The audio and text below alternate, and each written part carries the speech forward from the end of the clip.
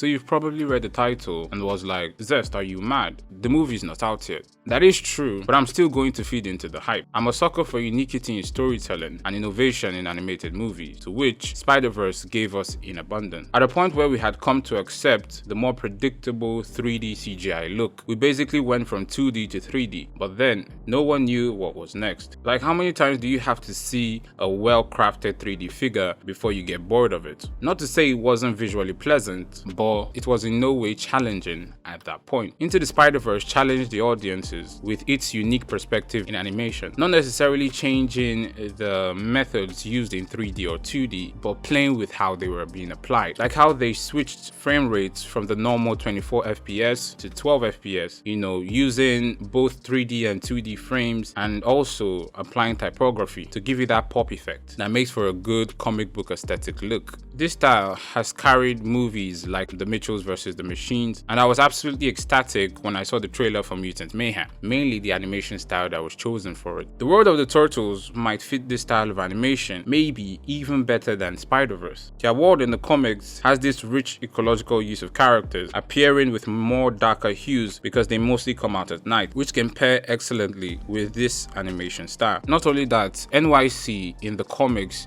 appears more rustic and uneven, which was exactly what the Spider-Verse team wanted to achieve when they came up with this style of animation. And lastly, if typography is being applied, you are giving more life to an already lively bunch of turtles. I mean, imagine the sewers of NYC or the back alleys at nightfall. All these environments can literally become exuberant with this type of style. Now, the main point you should take out of the title of the video is can be better. So what do I mean? The piece has everything in its grasp to work. When I heard Seth Rogen was part of the team putting this together, that honestly piqued my interest. This man is creativity mixed in with controversiality. With any of the work he puts out, you could either hate it or love it. There are no in-betweens. Not only Seth, but also Jeff Rowe, the director, who worked on the screenplay for The Mitchells vs. the Machines, which in my book was a decent movie. Lastly, let's not forget the lineup of brilliant voice actors that they have in this movie, from Jackie Chan to John Cena, etc. As much as I want this movie to succeed, with all this said, everything comes down to the story. If the story falls short, then none of this would work. But to be honest, this should not be much of a struggle for this team. Whether they do take their own route with how these characters interact, or they take a storyline inspiration from the comic books, they could still come out with a decent story.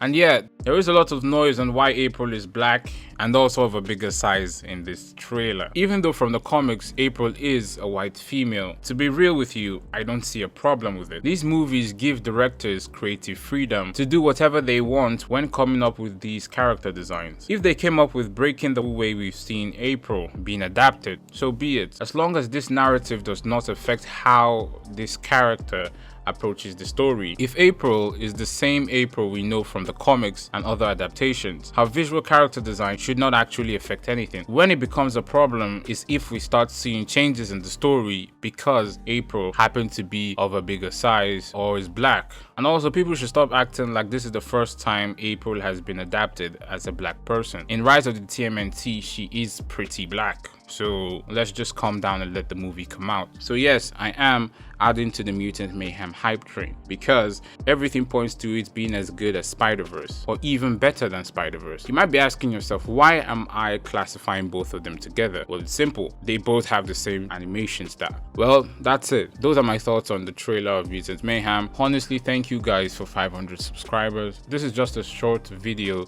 that I decided to do just because I grew up on TMNT material, so I just felt like I needed to put out a video because of the trailer. If you liked what you watched, please like and subscribe. Thanks for watching. God loves you and I love you too. Bye bye.